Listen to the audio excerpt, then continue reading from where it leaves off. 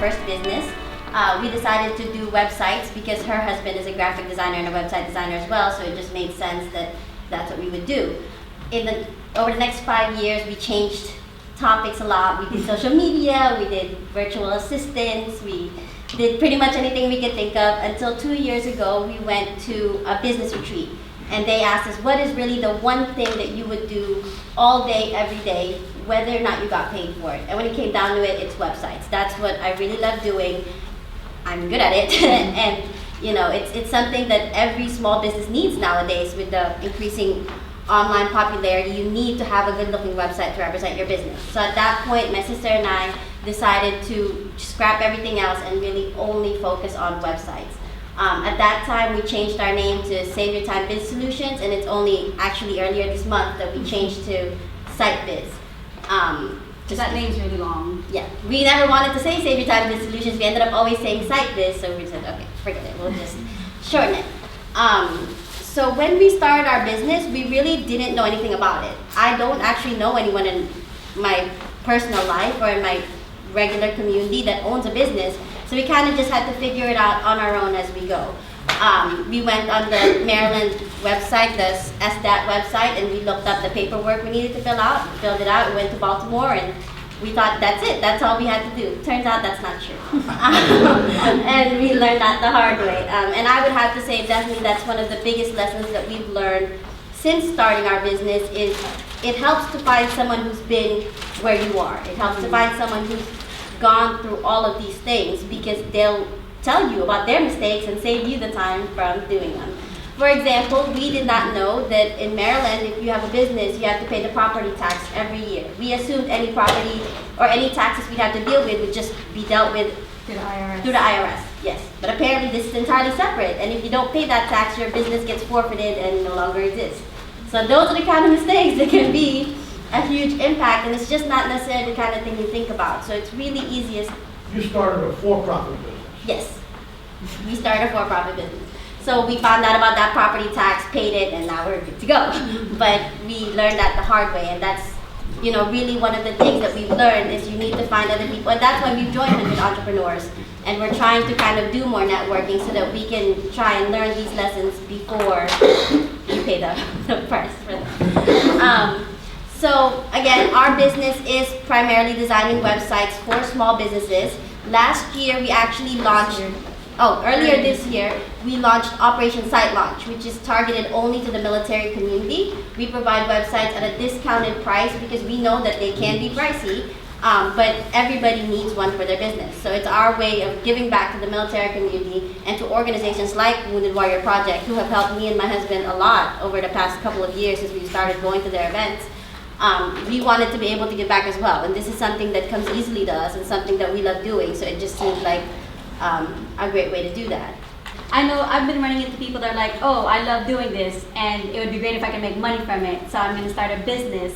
And I was like, that's great. And then they're like, so I'm just going to kind of fudge it in the beginning and kind of figure everything else out later. And I was like, I understand it's kind of, just the thought of starting your own business is overwhelming, but getting everything, making everything official and getting everything on paper, that's really important to do as soon as you can, like making sure your business is registered so you have a legit business, and having paperwork for anybody you work with, because we're having some issues with a current client right now, and when I reach out to other people and say, what should I do about this? She's like, well, what does your contract say? And I say, nothing. My contract does not cover that. Not that particular situation. Not that particular situation. So it's one of those things that you need to get everything written down, because everything can start out all nice and friendly and legit, and then all of a sudden something happens, the situation changes, and then there's nothing for you to fall back on.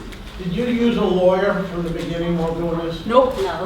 We are now. Yeah. We're getting ready to have a lawyer look at all of our paperwork now. We actually don't have a lawyer yet. We're going to sign up with Legal Shield. We had one with them before, and they saved us a ton of money just by writing letters for us. So we know that it's a service worth using. So they review up to, I think, 20 documents in a year, and we only have like 6. So, you know, it'll be well worth the fees that we pay them to have them look at it. And really, it only takes one contract to save your butt, to realize, wow, that money was well worth spent. the money. Well spent. And considering that you only pay them $40 a month instead of whatever you pay a lawyer to review one contract, it's a well worth investment. The first couple of years, we didn't try that hard. We had a lot of personal things going on in our lives, and I still had my husband's paycheck, so we weren't really trying that hard. We treated it more like a hobby than anything else. We've only really started working hard at it in about the past 3 years. But even in the first year of business, we were still profitable. It wasn't by much. We made maybe $4,000, and we put $2,000 back in the business. So our profit is about $2,000.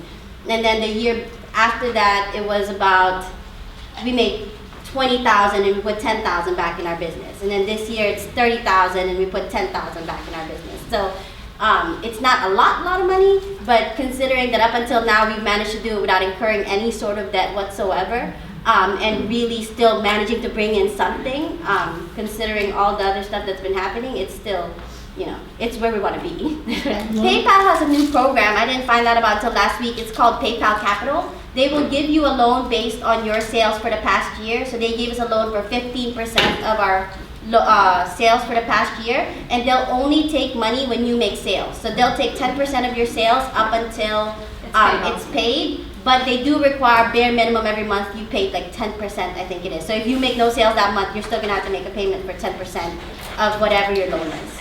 We've primarily gotten most of our support from online communities. We are in a lot of Facebook groups with a lot of other business owners who are going through the same thing that we are. We've also hired coaches who've given us one-on-one support to help us with our marketing and with clarity and that sort of thing. Business coaches can help you with a variety of things. The business coach that we worked with is someone who helped us come up with the things that we need to be doing on a daily basis in order to grow our business. And she was there for accountability. She would say, well, did you Actually do it. Yeah, did you actually do the things that I told you to do? Or you can have a business coach who will help you come up with an actual plan for your business. These are the services you want to provide. These are the people that you want to work with. And this is how much you're going to charge when you work with them. And then there are the business coaches that are primarily mindset coaches. That's something that not everybody believes in necessarily, but some people believe that you can't get to the higher levels of business if you don't believe in yourself, or if you don't think you're capable of it. There are coaches that we've worked with that's primarily all that they do.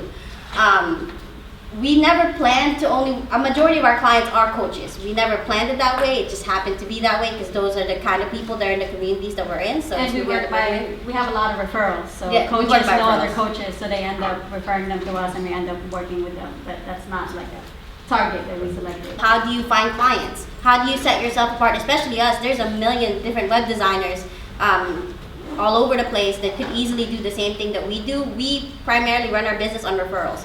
Our clients love us, they turn around and they send other people to us. We do some networking and all of that, but primarily we literally just get it through other people being sent our way. But primarily we've worked with people in Australia, in the UK, a lot of people in Canada for some reason. There's a balance. You have to realize that unless you invest, you're not going to get to where you want to be, but you also have to invest wisely. For example, we're website designers, but I would never recommend that someone in their first year of business drop thousands of dollars on a website. Not when you don't have the clarity that you need, not when you're not sure exactly how you're going to work with people, and then you'll have to do this again in another year. So, or less, yeah. So it really is about deciding the things that are worth spending money on and the things that are not, and kind of bootstrapping the rest of it.